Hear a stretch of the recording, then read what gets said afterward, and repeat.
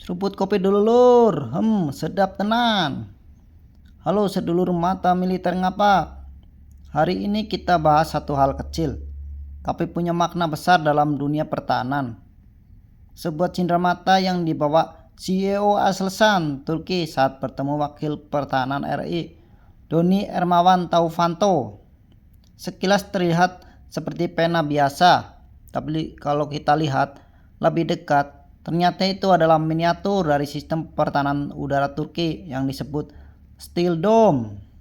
Kok bisa souvenir kecil ini jadi sinyal besar, lur? Nah, lur, kita kupas pelan-pelan. Pertama, pertemuan antara Aselsan dan Kemenhan RI ini terjadi di Jakarta pada 21 November. Suasana sangat hangat dan jelas, menunjukkan keseriusan kedua negara dalam memperkuat kerjasama industri pertahanan. Indonesia lagi gencar modernisasi alutsista, sementara Turki lewat Aselsan sedang naik daun dalam teknologi radar, turret, drone, sampai sistem pertahanan udara.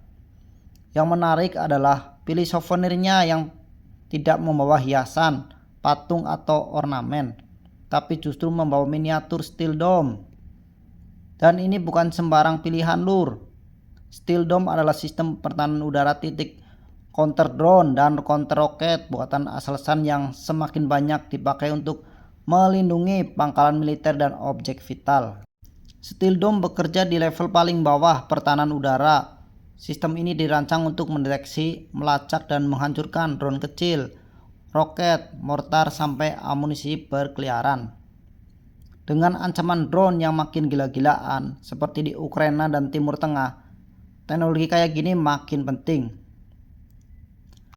Jadi, ketika souvenir ini diberikan, itu bisa dibaca sebagai pesan. Indonesia, kalau kalian butuh sistem pertahanan udara berlapis, kami punya solusinya dan kami siap bekerja sama. Apalagi Indonesia sendiri masih punya lubang pertahanan udara di beberapa lapisan.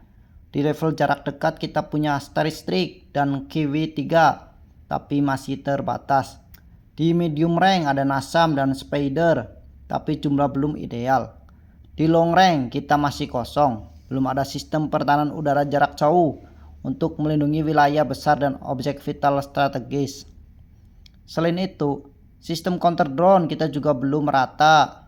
Karena itu Steel Dome sebenarnya cocok untuk menutupi lapisan paling rendah pertahanan udara Indonesia. Cocok untuk pangkalan udara, markas operasi, gudang amunisi, pelabuhan militer, dan fasilitas vital lainnya. Dan bukan hanya Steel Dome, lur. Aselsan punya beberapa sistem pertahanan udara lain yang sangat relevan buat Indonesia. Misalnya Korkut, yaitu self-propelled anti-aircraft Gun 35 meter yang mobile dan bisa ikut manuver TNI AD. Sistem ini bisa menghantam drone, helikopter, sampai roket artileri. Lalu ada Gok Denis, sebuah CIWS untuk kapal perang. Ini cocok kalau Indonesia mau memperkuat KRI kelas frigat atau korvet masa depan. Kemudian ada Hisar A dan Hisar O, sistem rudal pertahanan udara jarak pendek dan menengah. Dan jangan lupa radar Iris dan radar AESA jauh yang bisa menjadi tulang punggung deteksi dini TNI AU. Ketika souvenir Steel Dome diberikan, terasa jelas bahwa Aselsan ingin menunjukkan kapabilitas mereka di bidang air defense. Ini kode diplomasi Indonesia pertahanan. Kalau cuma mau bahas turret kendaraan tempur atau avionik pesawat, souvenirnya tidak akan bertema pertahanan udara. Maka pola yang terbaca dari isyarat diplomatik ini cukup jelas. Turki menawarkan teknologi pertahanan udara dan Indonesia membuka pintu dialog. Mulai dari counter drone bisa naik ke medium range, lalu bisa mengarah ke radar jarak jauh atau bahkan kerjasama produksi. Dengan ancaman drone yang makin dekat dengan kebutuhan Indonesia untuk membangun pertahanan udara berlapis. Sistem seperti Steel Dome, Korkut, dan keluarga Hisar adalah solusi realistis dan cepat dioperasikan. Apalagi Turki bisa membuka peluang transfer teknologi, cocok arah kebijakan Indonesia yang sedang memperkuat industri pertahanan dalam negeri. Jadi lur, kecil-kecil tapi maknanya gede.